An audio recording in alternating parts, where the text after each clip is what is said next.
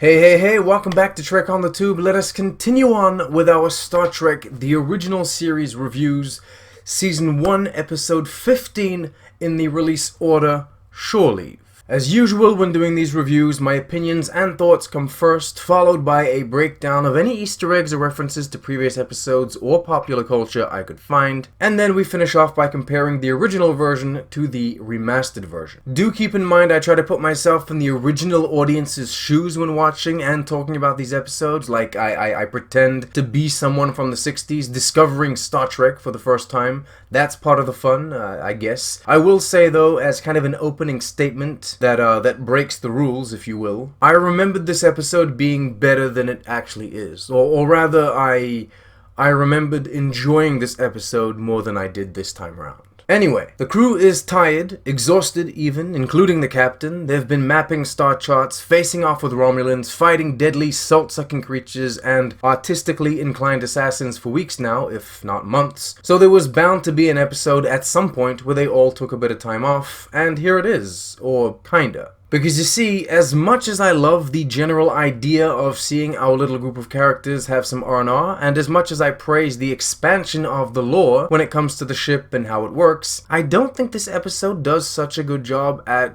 I suppose, being the light-hearted piece that it seems to want to set out to be. Instead of actually seeing our crew members chill out and relax on what could be a beautiful, welcoming planet, instead of kind of creating an envy within the audience by showing them just how beautiful and wonderful a vacation in space on an alien planet could be, we rather get caught up in the mystery of what's really going on this alien world. Now the conclusion itself, the explanation is, yes, quite interesting and innovative to some certain extent. An entire vacation planet programmed with AI hosts that can conjure up any kind of fantasy the guest thinks about. Yeah, that's pretty unique. And I never would have guessed that was what was indeed happening. But we, the audience, aren't stupid, and we're getting used to this show. So of course we knew there was an alien presence somewhere, biological or technological. I guess it's just a shame that question, that intrigue, ends up for the most part overpowering the story. Strangely enough, when we really get down to it, it's kind of the same elements that I both like and dislike in this episode. For example, I think there was some good directing. Those shots of the officers running were nice. The way Spock and Kirk were framed in the beginning emphasizes the nature of their relationship, which seems to be captain and officer, yes, but also close friends. That was good. But then this shot is awful and just cringeworthy. Holding an antenna up in front of the camera isn't the only way of indicating to the audience that the officers are being scanned or monitored without revealing who is doing the scanning. So many other choices could have been made, and ultimately this one just comes across as amateurish. It's well written when it comes to the characters. Sulu here, the moment he arrives on the planet, starts observing the flora, and he had already been previously established as a botanist. Same thing with the weapons. In that disease episode where he loses his inhibitions, he immediately goes for a sword, and here he knows all about those old-fashioned guns. So there's consistency and elaboration on those character traits and interests. Speaking of character traits, McCoy is also all about his woman in this episode, and I feel like that was something that was pre-existing at this point, even if in all honesty I don't have any examples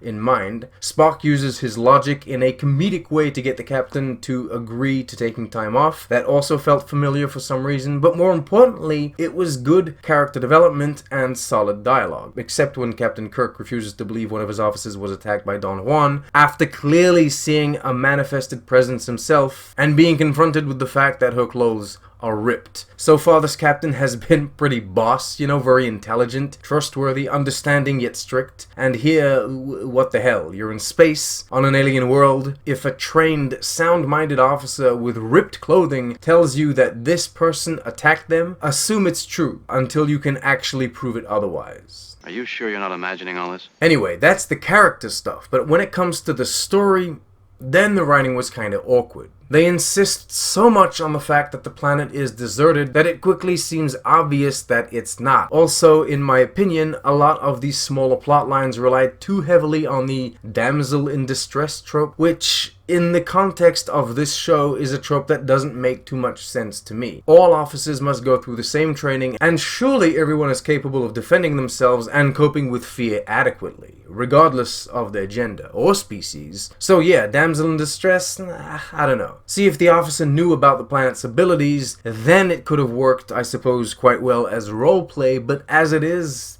no, doesn't work. Also, the editing is kinda weird. We seem to skip from one scene to the next without too much explanation at certain points, and that's without even mentioning the continuity error of the dress and uniform. And the sound editing is way off. Finnegan, which I didn't like, but I won't hold that against the episode because I suppose it's subjective. Finnegan, as I was saying, sounded like he overdubbed all his lines in a grand hall, and they couldn't get rid of the echo in the final edit. Perhaps this was intentional, as like a sound design choice of some sort, but the fact that it's unclear, I think, speaks for itself. And that's about all I have to say, even if it's quite short. Actually, McCoy is a badass. We have to mention that.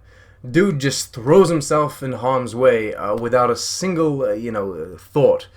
He's great. He's a badass. But when it comes to the episode in general, I guess in conclusion, what I have to say is that it isn't bad, but it's also not as high quality as previous outings have been. From the writing inconsistency to the muddled editing, things didn't gel too well, sadly. The fun comedic planet adventure this could have been simply became a run-of-the-mill mystery and a collection of references to things that we know from real life. Speaking of references, let us now move right along into the Easter eggs and references part of the video. Would you look at that? I actually successfully did a transition. How amazing. Yes, this time around there are quite a few of them. Not specific references to previous episodes. No, I tried, but I couldn't find any. We do, however, get references to things from real life. Like, for example, Alice in Wonderland. It is mentioned in the dialogue, and the damn white rabbit even cameos for a second. And also, as we talked about earlier, we hear about Don Juan. To finish this off, even if I don't think they really count as Easter eggs, we get on screen a samurai, a knight, a tiger, a princess dress, and yeah, I'm mentioning these things because we don't often see them in this show, or at least not in this fashion, not as actual real-world Earth things or the beings that they are. Usually if we see something like this, they're supposed to portray, or they're supposed to be something alien or something new. This time we really got a samurai being a samurai, a knight being a knight, a tiger, a princess dress being what they are. To finish this all off, we will now compare the remastered version of the episode to the original, but in some bizarre twist this time around, there were more Easter eggs than actual changes made. Usually there are no Easter eggs and plenty of changes, but hey, things are different. Shit's crazy, yo. The only upgrade this episode got, apart from the obligatory color correction and quality cleanup, is when it comes to the planet shots, ship shots, and orbit shots. As usual, the planet looks a lot better, a lot more realistic. It's no longer simply a huge monochrome sphere. It actually looks like a planet, and the ship itself is, as usual, replaced by the 3D model, and we get some more dynamic, or at the very least, varied trajectories. I know this kind of goes without saying, but I'm pretty happy that they left, everything on the planet as it was. They could have easily tried to digitally remove the guy in the bunny suit from that shot and replace it with like a CG bunny, but they didn't do that. They didn't push it that far, and I'm pretty happy that they didn't do that. It as corny as it is, the show works as the original series because of these kind of ridiculous things. So guy in a bunny suit got to keep his appearance, I guess. Alright, that's it. The end has come. Thank you all so much for watching. What did you think of Shore Leave? Have you seen it recently? What did you think of it when it first came out? Leave a comment, like, subscribe, share with all your friends. As usual, a huge thanks to the channel patrons, and live long and prosper.